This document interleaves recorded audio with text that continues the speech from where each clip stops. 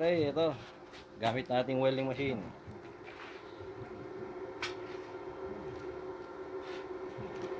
Powerhouse. 350 MMA 350 inverter. Turbo Max Plus. Ito, nakasetup ako sa 106 amperes. Ang weldingin natin nere, oh. Flange ng tubo. Thickness ay 14 o 16 mm yata ito. At ang gamit nating welding rod ay 7018 Nihon Weld.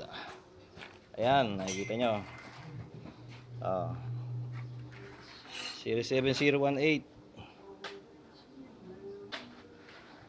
Ay, hindi kita.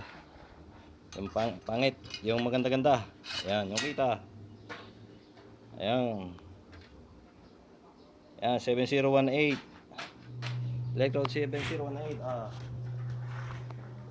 Ano nga, videohan mo nga ako. Ayan, ang ating pamangkin, si Alan Martin, si Pards. Ito na po, bibidyoan ko na si Chong.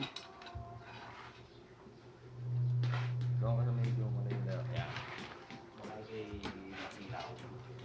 Kita ba Chong? Hindi yata kita sa malayo to. Ilapit-lapit mo lang po. Ayan. Hop. Ako. Kita.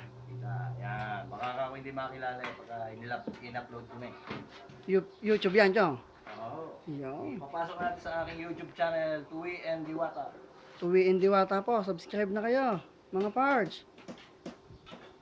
Saka po sa aking Facebook page, Parts Mark Martin.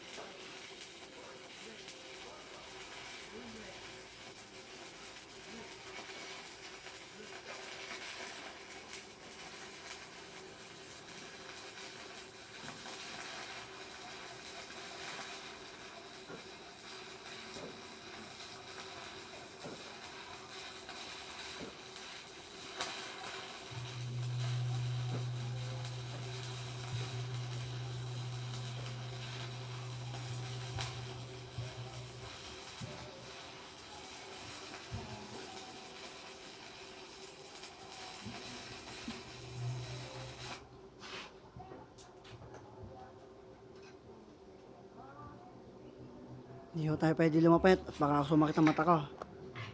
Ay, binibidyohan ko si Chong. Pinagsobrahan. Asa ng ating silser? Yan.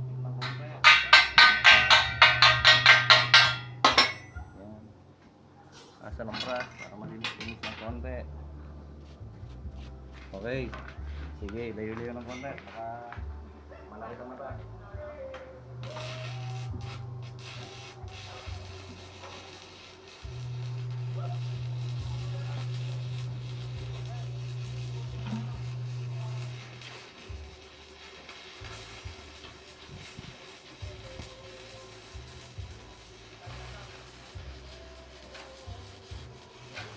Again.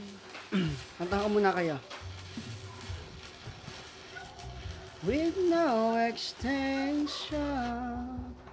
Yun. Yo. Okay. Titiktikin natin, malaman kung ano result ng ating welding. Ito yung nauna nating welding.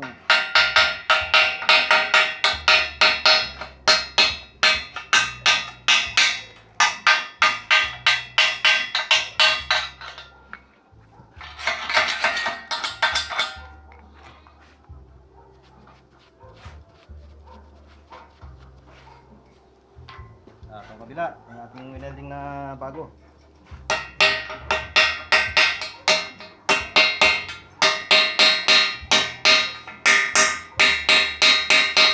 Aba, ayaw ah.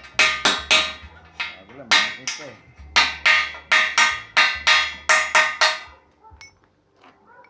Yan. Kita ba ito? Kitang kita. Yan, ang klase ng welding ko. Pulidong pulido. Hindi tayo certified welder pero humihinang tayo ng konti. Sa experience, natuto tayo ng konting huminang. Uwi and Diwata, subscribe na kayo. Salamat!